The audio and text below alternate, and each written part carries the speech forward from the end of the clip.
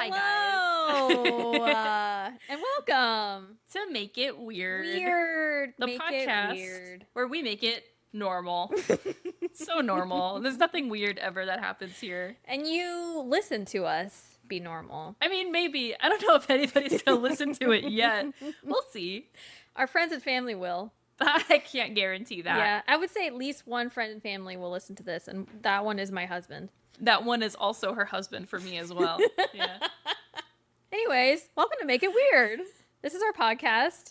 We're going to talk about, you guessed it, Weird shit. The weirdest of shit. The occult, true crime. The supernatural. Gross, like, science stuff. Aliens. Phenomena, lore. Oviposters. Pimples and farts. Ooh, Dr. Pimple Popper. Can we get him on here? Oh, hell yeah. Is it a him or a her? I actually was about to don't say, I know. think it's a woman. I have no idea. I I've actually never don't watch watched Dr. this- Pimple Popper no. videos, but I respect the grind. Word. Yeah. I do watch the videos of like the horses and the cows getting their hooves trimmed up. Oh, those are good ones. Oh, yeah. Do love juicy. those. So juicy. So our whole thing with this podcast is, at least for our main episodes, we're both going to bring a story forward, and it's not going to be related at all, more than likely. Imagine if 1 week we do the same story. I think that'd be kind of fun. But yeah. Yeah. It. 2 stories a week. Well, And- 2 stories every other week. Yeah. 2 stories on some schedule to be Whenever determined you later. listen to this, there will be a story. At least 1. At least one story. Maybe 2, if we are prepared. But not 3. No. That'd be horrific. And listen, we're like really qualified. Haley and I both went to podcast university, and we got our degrees in podcastology. I went to college. Yeah, Convict college. No, Which- I haven't been to jail yet. which is also a requirement for podcasting, I think. I think that, yeah, you have to be a convict, yes. Yeah, every podcaster you've ever talked to, they're a convict. Anyway, we are going to start off. Harmony's going to start us off with the story. I'm Harmony. We probably should have said our names. Oh, sorry. That's Harmony. I'm Harmony. And I'm Haley. My name is Harmony Houston. And my name is Haley Houston. And we're sisters. Sisters from another mister. We're not related. Anyways, all right. So yeah, I'm going to tell you guys a little story. I don't know if this story is the right word. I have a topic. Tell me about your topic. Okay, I will. Topically talk to me about your topic of choice. So topically. This is something that Like an ointment. I'm sorry. that's actually what I thought in my head, but I didn't say it out loud. you. I'm going to talk about topical ointments. Anyway, tell me about your topic. Just read your fucking story. Oh my god. So, this is something that I had not heard of before. However, I would imagine a lot of people may have heard of this, but listen along with me because I find it super interesting. I find it cute. I find it weird and also hilarious. There's just so many things. So, let's get into it. Let's talk about Acoustic Kitty. Is that a cat that plays guitar? Yes. That's incredible. He's sold out so many shows you don't even know. I have a YouTube video to show you of a cat singing the blues. Oh, I can't wait. That's the Anyway. same. That's this cat. Oh my god. Mr. Acoustic? Yes. Holy shit. No. Oh. Acoustic Kitty was a CIA project launched by the Directorate of Science and Technology in the 1960s. And the intention of this was to use cats to spy on the Kremlin and Soviet embassies. I just love this idea. Exactly. Oh my god. I don't have any concerns or problems or notes. It should go swimmingly, correct? No. So, I mentioned the Kremlin and Soviet embassies. Obviously, this was during the Cold War. Or not obvious if you didn't know that. Maybe I didn't earlier until I looked it up. Who knows? Basically anything past World War II, including to now, is Yeah. like Cold War. Yeah, exactly. They say that shit ended in the 90s, but we know the truth. Yeah. I can't wait for the warm war. I know what I saw. The lukewarm war is going on first, all right? That's what's happening in Ukraine, actually. Oh. Yeah. I'm not ready to talk about that. Okay, moving on. I don't know nearly enough to comment on that. Me either. It's okay. All right. Anyway, Acoustic Kitty. So this Cold experiment War. started in the early 1960s. It lasted about 5 years. Womp. So by the time the project was at its end, it was estimated that they spent, you know what, take a guess. How much do you think they spent? 15 million. Oh, you were close. Really? 20 million. Oh, shit. $20 million Oh, man. in 1960. That can buy you so many cats. Today, Uh-huh. this is $200 million Oh, no. on a cat spy project. Did it work? So, oh no. sure. The end. Obviously, the goal of this was to try and spy on foreign officials, and ideally, it's a cat, and so they think, random cat just walking around. This is undetected. I'm gonna let this cat into my office. Yeah, because in in the places where like Soviet embassies where they're having like top secret conversations, it's very normal for cats to be walking around, I think. I just imagine President. The second tower fell, and a cat just jumps onto his desk and just knocks a cup of pencils over. Oh, God. Oh, man. So, yes, anyways, this is the goal with Acoustic Kitty.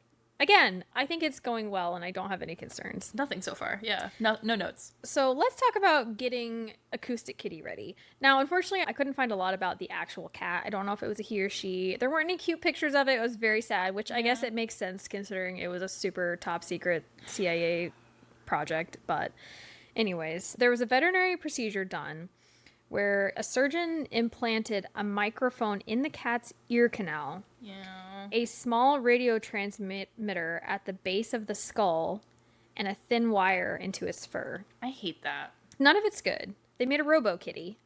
I mean, the cat was alive. I don't know about alive and well, but the cat was alive. Probably moderately uncomfortable. I would imagine very uncomfortable. I know the wire in my back doesn't feel good. Yeah, and the transmitter at the base of my skull really itches sometimes. Exactly. Again, their goal. This would allow the cat to innocuously record and transmit sound from its surroundings. And they had the microphone in the ear because the goal was to give verbal cues to the cat. What? Yeah. Hang on a minute, because that part really gets me. It thought that a cat wired to record sound would be able to come and go unnoticed. With the use of audio cues, could be controlled to go where it would record interesting sounds, like talks between Soviet leaders. God. So let's take a quick pause here. First of all, Haley and I are huge animal lovers. Haley has 2 cats, a dog. I have 3 dogs. If I could have cats, I would. My husband is unfortunately allergic, allegedly, or so he says. Leaving him any minute. We speak. I just feel the need to state too, at one point her husband was like one of our roommates, and we had a cat while he was a roommate. Yeah, we'll get into that later. After I divorce him, we can talk about it more freely. Don't say that. I'm kidding. I would never probably. I wouldn't. I love him dearly. He's the best, and he's so wonderful. He set up these microphones for us. I'm getting so many conflicting emotions right now. Anyway, animal lovers, cats. Nonchalant cat walking in the room. If a cat walked into this room right now, my first thought would be like, where the fuck did this cat come from? That's my spy cat. Don't worry about them. Like, literally, I'd be like, where did that cat come from? And get it out of here right now. We're recording. So is the cat. Oh, shit. Oh, fuck. Cat being boozled. Oh, man. So, anyways, if you have ever been around a cat, or if you just, like, know what a cat is, you should know that a cat is not going to respond to a verbal cue when it is out on its own without you there to provide reinforcement. It's rare that it would do that right next to you if you have what it wants. But you're telling me you think this cat, if you say, like, I don't know, like turn right or turn left. Like let's say you taught it this in a closed environment where you give it treats for turn right, turn left. Sure, you could probably teach the cat to do that. But you just let them out in like, I don't know, Pittsburgh or something, walking around. It's going to get hit by a car so fast. Yeah, so you can already see, like, it really is so funny to me that they spent so much money and they were like, guys, I have a really good idea. Hey, come here. Can you hear me in this microphone in your ear? Go see Mr. Zelensky over there. Get the Ukrainian secrets. We need them. Cat's just like, meow, bitch. I'll get right on that. Okay, so here's a quote that I just think is really great. Okay. Outside the lab, there was just no hurting the cat. No way. Oh, it does say she. Okay. She'd wander off when she got bored, distracted, or hungry. Now, this next part is really weird because I didn't find anything about what this was. Okay. The cat's hunger issues were addressed with another operation. I don't know what the fuck that means. It sounds very awful. Aww. And then it says, the additional surgical and training expenses are estimated to have brought the total cost up to $20 million. But Acoustic Kitty my was God. finally ready to venture into the world. So they've got RoboCat ready to go. Hold up, it's just one single cat? Yes. Oh. That we know of. This is all Okay. under wraps CIA. Maybe Yeah. they had been testing. Like, I would hate to think that they had failed surgeries, but Yeah. who fucking knows? This story is interesting, weird, funny, but also hella sad because no cat deserves animal or Imagine anything. just being able to spend $20 million on your dog.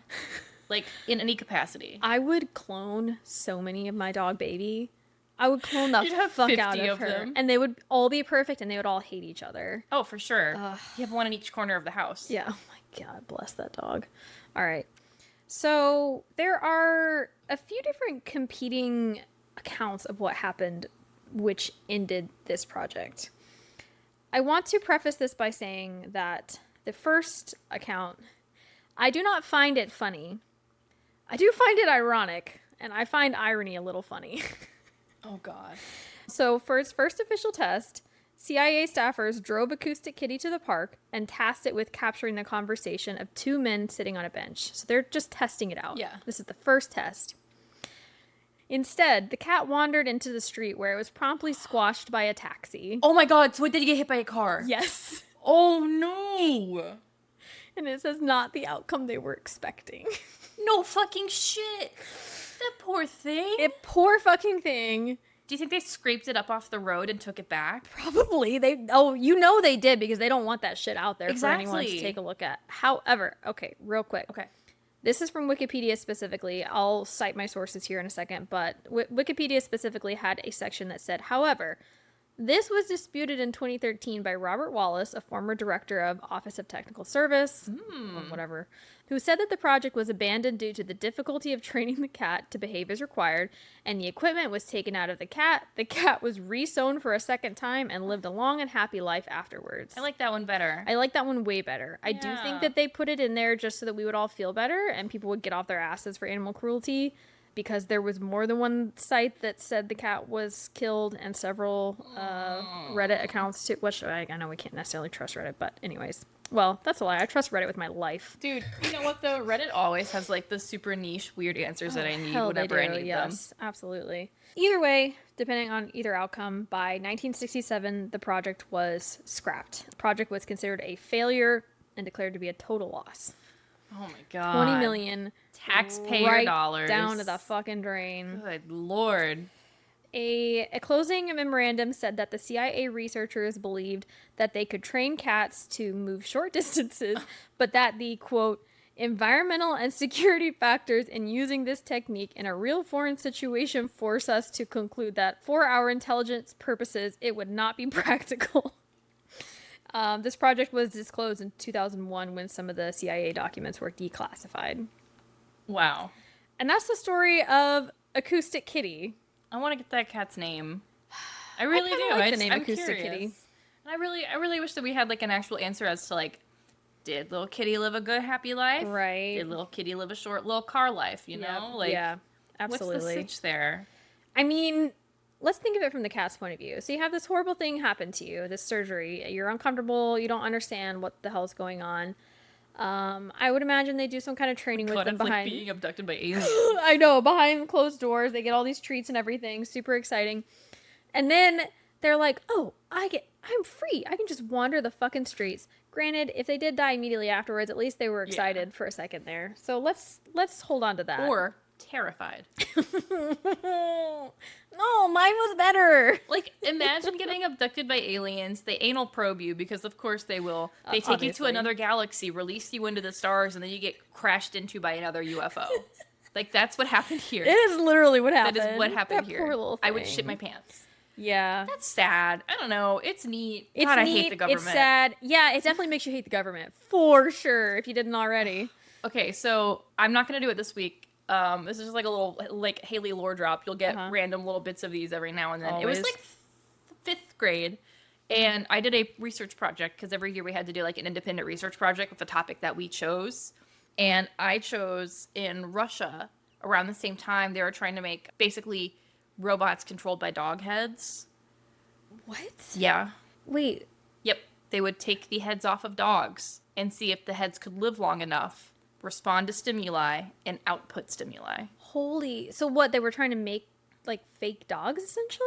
Like cyborgs. What the fuck? And there were, like, cases and shit where they, like, took the head of one dog and, like, grafted it onto another dog. Oh my god. Yeah. No, they didn't give any fucks. Like, the USSR was wild. I mean, I fully believe that.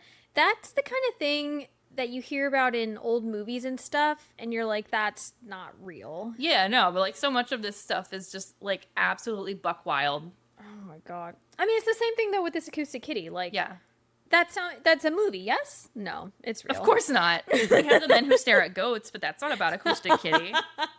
And all of that's based on true stuff, too. I actually never saw that movie. It's okay. I haven't either. I just know it's based on true stuff. Oh, great. Before you start yours, I just really want to, real quick, want to cite. So I'll put these on either our website or on Spotify. I don't know. We're new to this. So one of the articles was from the Smithsonian? The Smithsonian Magazine website. One of them was from history.com. And the other was from Wikipedia. If you use Wikipedia like I do, don't forget to donate to them. They need your money. Yeah, they keep bugging me about that shit. I've donated at least $3. You're welcome. Today or just... No, in the past, 2 years. Oh. You know Basically, every time I use it and I see that ad, I'm like, yeah, I'll give you $1. Oh, I go, you fucking schmucks. I ain't giving you shit. No. They funded so many of my research projects in middle school and high school and probably college. And then you do that trick that you learn where you're like, you don't say Wikipedia, you find your little thing and you scroll down to its references. Oh yeah. I knew how to do that shit. So I'm glad that yours was about wartime spying and intelligence, because mine is about the burning of New London. Oh, fuck. And Benedict Arnold, that traitorous son of a bitch. Benedict Arnold. Yeah. Hell yes. Oh, Let's go. Let's go. So the burning of New London was a very, very brief thing for him. And it was basically done entirely out of spite. But we're going to start off with his early life. Okay. So Benedict Arnold was born in Norwich, Connecticut in January of 1741. Fuck Capricorns. Who could ever trust a Capricorn? Not me. His father was a local businessman, and their family was pretty well off. He had 4 sisters, and Arnold went to, a private school.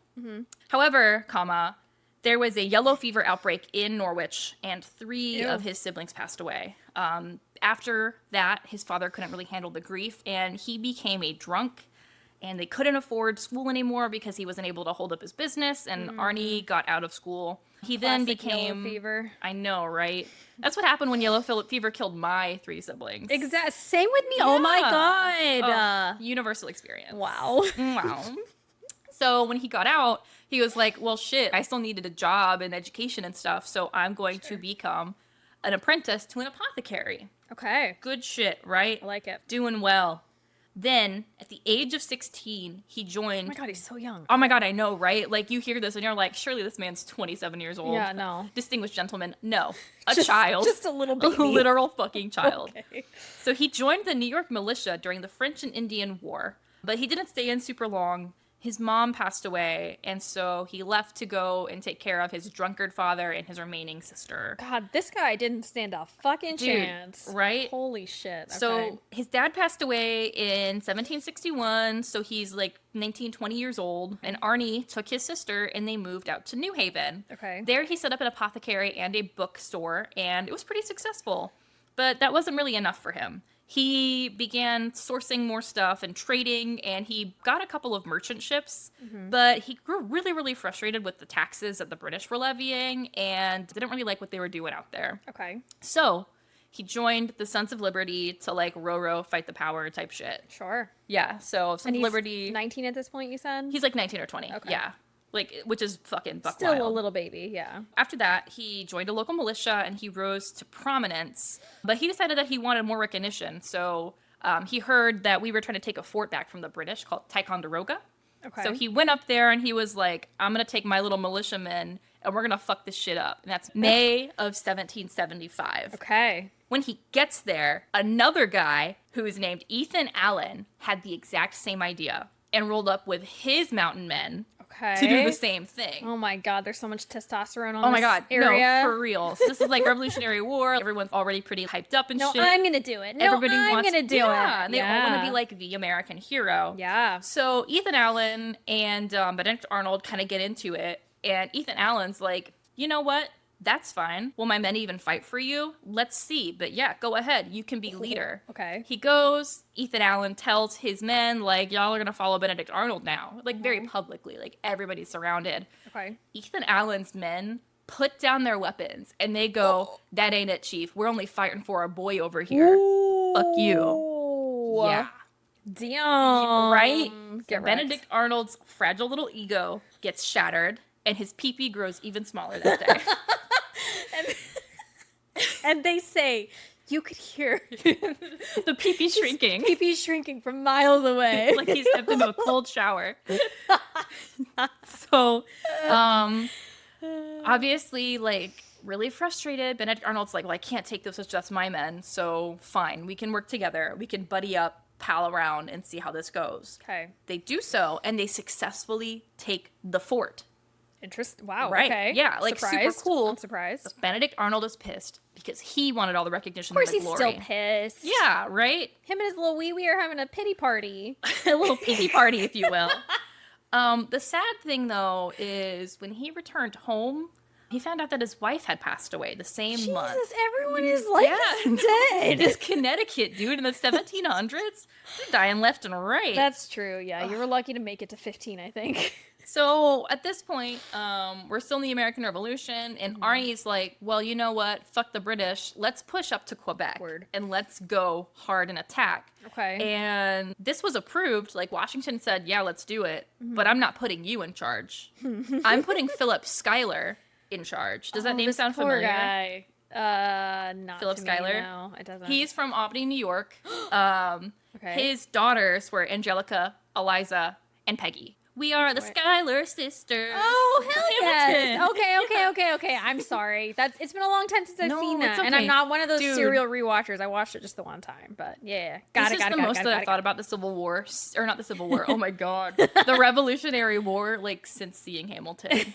Obviously, that made him super sad. Uh-huh. He just wants to be recognized for his behavior. to be fair, I would be he kinda cannot pissed, catch too. a break. Everything is awful for him. Oh, yeah. Philip Schuyler's going up, and in September of that same year, 1775, he convinced Washington that Arnie Boy should lead another offensive to the north, so going up to Quebec, but using, like, a different pathway. So going through Maine instead of up through, like, the Hudson, I think it was, that Schuyler was doing. Okay. So he pressed on, and he led valiantly. However, Benny Boy was shot in the leg during a battle. Rip. Womp womp. He healed up, and in 1776, he was placed in command of some boats in Lake Champlain, which is also in upstate New York. That's Yep. where Champ, our local sea monster, lives. Yep, and that's where some really good wineries are. I hope he partook in those. Oh, I've actually never been up that way. I guess I'm thinking of the Finger Lakes. Anyways, that whole area is wine region. I bet he was like, beautiful. yeah, shot in the leg, hit up some wineries. Yeah. A great little girls' weekend.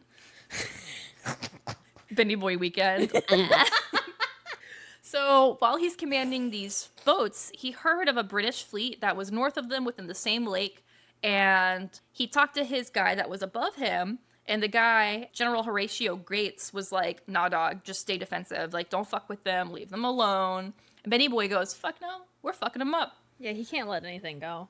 Yeah, no, but it actually worked out really, really well. Okay. He led a really good offensive, and they took out a lot of boats, and it was a significant thing. Like, rah-rah, helped bring back some He finally morale. had a success. Yeah, Okay. but Mr. Gates was pissed. Like, Okay. basically, like, why did you go against what I told you? Like, that's fucked up, dog. Mm-hmm. Don't ever fucking do that again. And he started talking shit to everybody about him. Okay. And basically, like, nobody wanted to be superior of Benny Boy because he sucked. He doesn't listen, and he's hard-headed, Yeah. egotistical, Yep. very fighty and aggressive, and wants to do what he wants. Which, Yeah. like, frankly, as a military leader, probably is a great thing. Sure. To a point. Yeah, you I mean, know? when you're just, killing people, it seems like that's a trait that is good to have. Absolutely. Yeah. Especially in the 1770s. You want nothing That's else, all man. you wanted, man. Oh, yeah. He's a man's man. He's a man. He's for the boys. Ferda. But this defense of Lake Champlain is actually what stalled the British plans to reach the upper Hudson River Valley and was, like, super good. Okay. But, once again, getting shit talked. So, like, he is so pissed. And he's convinced All that these little girlies stern drama in their Oh my little God, like, regiments. for real. And their little braids. Their little wigs. Are you kidding? Drama. Ugh, the powder flinging everywhere. So, In 1777, that was his year to like really glow up queen, yas, slay, serve cunt, really beat the British Stop at their it. own game. Okay, I'll stop. No, don't Oh, ever. okay. So a lot of stuff happens in upstate New York, but the most important one is on October 7th. Arnie Boy, I didn't say exactly what battle this was, but I'm pretty sure it's the Battle of Saratoga. Don't quote me on that. Okay. Do not quote me. I will quote you. Arnie I just Boy, tweeted it. don't do that. Cut. She just gave me a death glare, y'all. Go ahead. So Arnie Boy rushed into a fight to like help with the American army. Like he saw the enemy and was like, "Fuck, dude, we got a fucking ball right now." Okay. But he was shot in the same leg that was shot previously. Oh, shit. But this time it hit his thigh bone and it shattered his thigh. Yeah. He is quoted later saying that he wishes that the bullet struck his heart instead and killed him. So emo. Oh my god, they're so dramatic. For real, dude. But like, I kind of get it. And a lot of people say that I mean, oh yeah, I mean after I broke your leg the other year, you know. I'm sure you understand more than I would. Haley did in fact break my ankle. This is confirmed. We'll talk about that later on the next episode Of Make It Weird. So he wishes that he died, and a lot of people that are historians say that if he had died at the Battle of Saratoga, he would have been a renowned war hero. Like he would have been loved and beloved by all in the future. Isn't that interesting? Right. Yeah, like if only you had Sometimes. died, you would have had a good legacy. For That's real, wild. dog. Wild to hear. So because of this, his bravery in battle, his ability to command, and everything else, George Washington fucking loved him for some reason. And he got promoted to general and then was sent to Philadelphia to heal up. He Wow. wasn't fit to front. He wasn't fit to front. He sure wasn't fit to front. He, And fit. he Sorry. wasn't fit to fight on the front lines because his leg was all busted. Like, duh. Word. So Yeah, I mean, at that in the 1700s, what do you? I mean, he's kind of like you're- splint it up and hope for the best. I yeah, guess. I mean, you're kind of fucked on that leg. And is Yeah. he still in his 20s at this point? He at this point is in his 30s. He's like 33, yeah, I mean, 34. yeah, that leg ain't coming back. You're dying. Yeah. At that point, your life is over. And I mean, you think about like my husband broke his leg in high school, and they were concerned about like the shards getting into your bloodstream and you immediately die and all this What? shit. Like, oh yeah, that's a thing. Ew, I don't like that. Yeah, it's bad. It's You know what very else I bad. didn't like was when your doctor told you that the bone doesn't start to grow back yet. It had been like 6 months or something. It had been so I fractured my ankle pretty badly, and it had been 2 months, I think, 3 months, and I was basically like ready to start walking on it with ankle support, and she was like, "Yeah, the bone is ready to start growing," and I was like, "Excuse." The bone should have been growing. What It are you hasn't been talking growing. about? She's like, no, it takes like 2 to 3 months or whatever. Oh my Don't quote me on that. Don't gosh. Twitter me. Can you tell listeners, all 4 of you, can you tell which one of us is Gen Z and which one's millennial? Because I can. Oh. Anyway. Go. Just go. Go. Okay. So he's in Philly land and he's healing. And while he's just laying there bedridden, the war's going on around him and he is growing jaded and upset. And he's pissed off that like he's not getting the respect and the renown that he thinks that he deserves. He wants to Okay. be a war hero who everyone loved and wants to be around, and he's not. If only he had died. Right? Like people just look down on him. They find him to be insubordinate and just kind of a pain in the ass. But Damn. while he was in Philadelphia, he met his second wife, Peggy. Okay. Her daddy was a loyalist, and if you don't know what a loyalist is, basically in the American Revolution, there were people that were like, yeah, pro-colonies, and there were those that were loyalists that were like, yeah, we love the king, we love sucking England's dick. That's what they were. Yeah. So their families surrounded themselves with loyalists in the area and were very affluent and rich. Yeah, usually those people were. They Right? Yeah. Yeah, because they're directly benefiting from yeah, they're sucking it up taxes to and the redcoats and whatever Yeah. the hell. Yeah, exactly. Makes total Right. sense. While they were affluent and rich and loyalists, that meant that he met British commanders, and he grew pretty close to some. He also really wanted to keep Peggy like comfortable and happy because he was obsessed with her. She was young, beautiful, charming. He's know how young 33. she was? She was 18. Oh, okay. I was prepared for like a 15. But it's still grossness. kind of gross. Oh, it's not great. No. It's not good, but there are so many worse ones. Yeah. And in his attempts to like make her happy, he goes into a crazy amount of debt, and he starts using military money, resources, and food to take care of his family. Ooh, okay. Yeah, at this point, I think he has 6 kids total. He has 3 with his first wife, and then 4 with Peggy throughout their relationship. They're married for Great. like a while. Nice. So it's just embezzling away. Yeah. Eventually, this was found out, and he was brought to court-martial. So the court-martial. That classic horror. So the whole court-martial procedure was, like, super drawn out. He really wanted to get over with. He really thought that he could clear his name and be like, you guys are liars and frauds. Like, I'm not doing anything wrong. Mm-hmm. But the government kept dragging it out. And he just got so pissed. Eventually, the trial did happen. And he was acquitted of most of the charges. And George Washington gave him a little, like, pee-pee slap and said, don't do it again.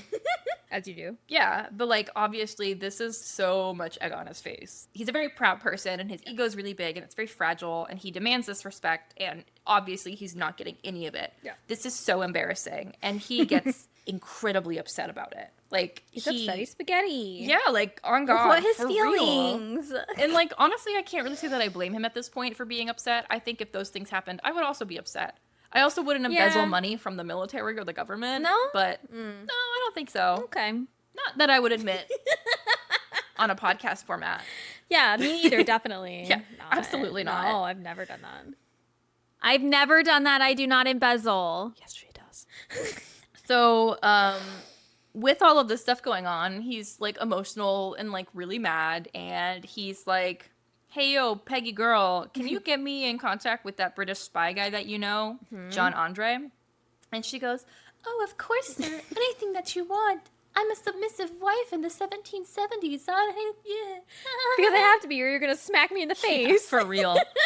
So they start sending letters back and forth. And John Andre isn't just, like, any spy. From what I saw, he's, like, the leader of the spies during this time in the British Army. Within a few months of their correspondence, Arnold is giving the British information on where the American troops are. Yeah. Like, that's big shit. Bro. Yeah. He overreacted so bad. Right? Have you ever been so upset that you just betray your entire government? Well, I am not answering any questions. I haven't. Okay, I feel the need I to would say that compare now this for the more safety to of my job. like betraying a friend or something. Yeah. Because like betraying the government, that's fine. They betray me every day. Yeah, honestly. So I promise this podcast isn't about government hating. It just happens to be a theme this time. Yeah. Yeah. And it will be a theme again, don't worry. Yeah, never mind. It actually is a government hating podcast. This is covert government propaganda, anti-government propaganda, actually. Great. Yeah. That's all we ever wanted. We're definitely qualified to do that. So with him giving all this government information away about, like, where troops are located and, like, battle plans and shit, John Andre comes back and is like, hey, Arnie, we want you to help us get West Point. And West Point is a military, like the military.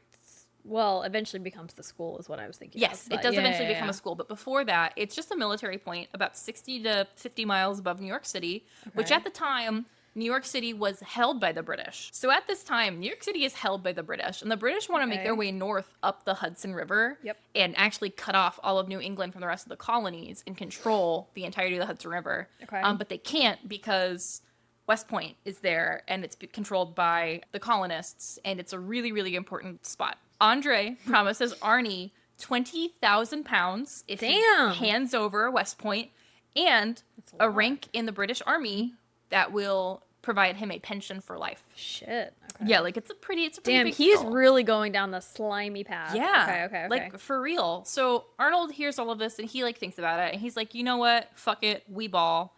And he starts telling Washington, I want to lead West Point. And Washington's, like, actually a little offended. Washington really liked Benny Arnold. Genuinely saw him as a really good friend and as a really good commander and, like, respected him. Washington wanted to make him, like, the leader of some really important pieces of the puzzle when it came to the colonial army. But Benedict Arnold said basically, like, I don't want to fucking do that. I'm not fit for war anymore. Like, I'm old. My fucking leg hurts. And I want to... at 35. Yeah, I want to be at West Point. And George Washington literally is like, West Point can be ran by a fucking imbecile. Oof. No, you're not going to go there. Oof. But he, like, pushes really hard and is also like... Also wild to stand up to... Yeah. But he pushes really hard and Arnie gets it. He takes control and he begins to let the place fall apart. Great. He specifically and strategically... This guy is so sensitive. Oh, no, like, for real. Imagine George Washington being like, I'm proud of you, son. And you're like, he ain't proud enough. Like, God, dude. But he, like, strategically starts to ignore certain parts of repair and, like, it literally starts to crumble and fall apart under his care. We're going to fast forward a little bit. September 21st of 1780, Benedict Arnold and John Andre meet up in real life to talk about the plot to Sowenda, West Point to the Going to British. Sowenda to West Point to the British. What are we going to Sowenda to West Point to the British? What are we? What are we? I think I'm having a pretty good time at West Point. And it just like cuts to the fucking fort falling apart behind him. So a couple of days later, they meet up in real life. They talk about surrendering West Point. Mm-hmm. So Benedict Arnold is like, all right, dog, I need you to pass these letters back to the British Army across the border. Like, just take these and go. I'm going to give you a pseudonym, and I'm going to write you like a letter of exemption saying that you have the power under my authority to go to certain places. So John Andre is like, cool, great, fuck yeah. He's dressed as like a commoner, basically, running through the woods on his little horse, trying to get it to where he needs to go. And he looks over and he sees some people up ahead. But then he recognizes that the uniforms on these people are German uniforms. Oh, shit. I guess at the time, Germany had sent some troops over to the U.S. to help support the British Army. Interesting. Yeah, I know. I had never heard of this before. I did not either, yeah. And so he saw those uniforms and was like, oh, those are my fucking boys. Deutschland. Hell yeah. And he literally is like, hey guys, what's up? And they're like, yo, what side's we supporting? And he goes, the British, obviously. I'm a fucking British spy. Duh. I'm not exaggerating. He announces himself as the British spy. Oh, honey. And they're like, you fucking idiot. I bet they wish they had a robot cat right now. They were Americans. Oh. They had stolen the German uniforms. Oh. Yeah. So he basically surrendered himself to Americans. So they like search his person and they find these things that are fucking hand signed by Benedict Arnold saying that he has the right to go to certain places. Oh, damn. And they find stuff like that are special secret documents that he's transporting. So he gets captured and that guy gets hung. John Andre executed. Damn. And this fateful morning with the date that I do not recall, and I'm so sorry, I'm pretty sure it's the 21st or the 22nd of September. It's like a couple of days later. George Washington is supposed to meet up with Benedict Arnold for breakfast. George Washington also invited Alexander Hamilton and Lafayette to breakfast. This is a popular breakfast. Oh my gosh, for real. All with Benedict Arnold at Benedict Arnold's house. Benedict Arnold knew that George Washington was going to come. Alexander Hamilton and Lafayette show up first. And while they're there, Benedict Arnold's like courier comes in and is like, Benny boy, you've got some letters. And Benny's like, great, let me go look at them. He opens one up and it's a letter talking about how John Andre has been captured. They know that he's a spy. Ooh. They know that he had secret documents on him that only Benedict Arnold could have given him. So Benny boy, you're in trouble. We've also sent all of this to George Washington. So Benedict Arnold is now like, holy fucking shit.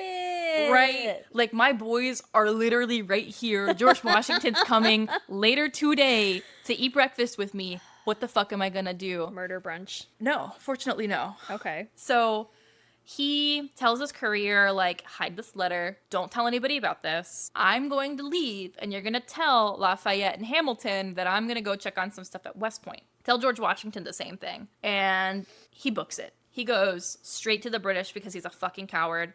And he knows that if Washington heard about this, he'd be arrested on sight. Like, that's what would happen. Yes. So that happens. He leaves. George Washington realizes later that same day, because he finds the letter, and he's so heartbroken that somebody that he considered a friend and that he really looked up to and respected betrayed America. And for a long time, too. Yeah, for at least, like, a few months. Damn. Absolutely heartbroken. When Benedict Arnold begins working for the British, which he starts openly doing after this point, the British basically betray him, too. Remember how I said that he was promised, like, 20,000 pounds? Yeah. They don't give that to him. Of course they don't. They give him, I think it came out, yeah. right? I think it came out to, like, maybe 5,000, which is still, like, a pretty good sum, but also, like, you loser. What the fuck did you expect? Shit. So there's that. That's kind of the beginnings of, like, why he betrayed. So 1 year later, in our harbor here, or I should really say, like, by the Long Island Sound, the U.S. seized a British ship called the Hannah. And the Hannah is the biggest prize that has been seized from the British during this entire war. There is hundreds of pounds of gunpowder. There is so much silver and all sorts of stuff that's required for, like, any sort of war to happen, right? Words are hard. And the British hear about this, and they're furious. They're like, what the fuck? And that ship got ported to New London. So the British are like, what the fuck, dog? We want that. Give it back to us. So who the fuck can we, like, send out to take this ship back for us? Benny Boy. He was born in Norwich, 10 miles north of New London. I think we need to stop giving him jobs. Yeah. But he comes in clutch. On September 6th of 1781, Arnie rolls up with his boys. Half go to New London, half go to Fort Griswold across the river in Groton, Connecticut. The forces dropped off in New London were basically free to do whatever. There was little resistance to them appearing. They split. The ones that dropped to New London split off, and one started setting fires on one end of the city and the other on the opposite side, trying to burn everything down. This one cracks me up. So the first building that they tried to set on fire was the Nathaniel Shaw House, but it was built of stone. So the neighbors were able to extinguish the flame. Do you know where that house is, by chance? I think I do, actually. It's the one by the fire station, right? Yeah. Yeah. Which is crazy, right? Yes. Like, what the fuck? Yeah. This is a quote. Through the whole of Bank Street, where were some of the best mercantile stands and the most valuable dwelling houses in town, the torch of vengeance made a clean sweep. From the Connecticut Gazette, reporting a month later on the event. Holy shit. Yes. Over in Groton, 160 people got together to try to fight off the 800 British soldiers. Aww. The militia refused to surrender. They injured over 193 British soldiers. Colonel Ledyard, who was the person leading the militia of men over in Groton, he didn't want to surrender, but he also recognized that, like, the British are winning. There are 600 more of them than us, and we need to lay down our weapons and surrender. So they do. The British were pissed, and they took their anger out on the militia, and they mercilessly slaughtered all of the militiamen there. I guess I shouldn't say all, but a high number. Most of them, 83 Americans were dead, 36 were wounded, and many of those who were wounded died within a few days. Those who could walk were taken as prisoners back to New York, which is where the British were headquartered. And that's basically the burning of New London and Groton. Due to the death of so many Groton citizens, the Fort Griswold site almost immediately took on a shrine-like appearance. A monument was erected there in 1830 and enlarged in 1881. The site was turned over by the federal government to the state in 1931 at the 150th anniversary commemoration of the battle. New London, however, holds an effigy burning where they make a papier-mâché Benedict Arnold and they burn that stupid traitor son of a bitch every year on the first weekend of September. And one of my favorite things, if you've ever gone to Fort Griswold, it's actually, it's really nice. It's very pretty, but there's a plaque that's like, this is the place where 163 Americans lost their lives and fought hard to protect Groton. And fuck Benedict Arnold, that traitor son of a bitch. We fucking hate that guy. He smells like fucking shit, bro. And it just, like, that's actually why I started researching this, because I went there once with some friends, and I saw this plaque, and I was like, damn, why the fuck do they hate this guy so much? Oh, man. Here's a quote from ConnecticutHistory.org. In New London, Arnold's name is still invoked whenever the city is under siege. After the hurricane of 1938, newspaper headlines read, "Worst destruction since Arnold's raid." Oh my god. Oh, I love how petty this is. Like, it's not petty though. Like, it's legitimate. Like, he fucked the city over. But the pettiness of it to hold on to it for that long is hilarious. Oh, that gets better. Oh, okay. When the urban renewal in the 1960s and 1970s leveled block after block, Arnold was jokingly called the godfather of New London urban planning. Oh my god, it's so good. Oh, that's really good. No, it is interesting because, like, I'm from the South. I had never really heard any of this. Yeah. Maybe, like, in passing in, like, one sentence of a history book. Yep. But then you come up here and, like, it is super ingrained. Like, the Shaw House has a plaque in front of it, and I used to go park out there by a gym, and I didn't even realize that's what it was until researching for this, and I was like, holy shit, I know that place. Yeah, people are so, like, gung-ho about Like Benny Boy. Fuck Benedict Arnold. Fuck Benny Boy. I'm really glad you said that, or you told that story, because I had only heard bits and pieces, and I knew the gist of why people hated him, but, like, very rightfully so. Like, God, fuck he that guy. Sucked. Oh yeah. Traitorous dick. Fuck that boy. I should get like a burning Benedict Arnold somewhere tattooed on my body. That's a good one. Thank you. I like that. Don't steal one. it. You're getting it tattooed on you right now. I can literally see the Oh my tattoo. god! Moving. Here we Stop. are. Ouch. That was great, though. Thank you. thanks. Very good. Very good. My resources, I did ConnecticutHistory.org, as mentioned before, biography.com. There was one, intelligence.gov, which was kind of sketchy to me, but I clicked that link anyway. There's nps.gov and Britannica.com. And we'll have all of those linked in the show notes with the description or the website. I don't know how this will work either. Yeah, I think we'll tweet them and then post that tweet on Threads. And then we repost the Threads thread on Facebook? Yes, and then I'll mail a letter to all of our listeners with the links. You can't click them in a real letter. Oh, but you can type them in yourself. Yeah. You could take a picture, and then, like, the picture will probably pick up, you know, the link in there. Yeah, like it scans the document. Yeah, I think that's pretty accurate. Well, that was good. We did it. We did do it. It was our first episode. Yay! Thank you for listening, all two of you, which is me and Haley. And maybe Bobby. Yeah, Bobby probably. That's my husband. Three of us. Yeah, and my dog will listen to it because she follows me everywhere. All three of my dogs will listen to this for sure. Yeah, thanks for listening. We'll be back. Thanks for listening. Maybe next week, maybe the week after. TBD. Yeah, maybe never, but probably for sure. Next At week least or one the more. Week after, yes. Yeah. I hope we made it weird. I hope we made it super weird. We want to keep making it weirder. And I want you to make it weird. And I want everyone to make it so weird. Make it so fucking weird. Make you it fucking weird. whore. Thank you. Bye. Make it weird. Bye.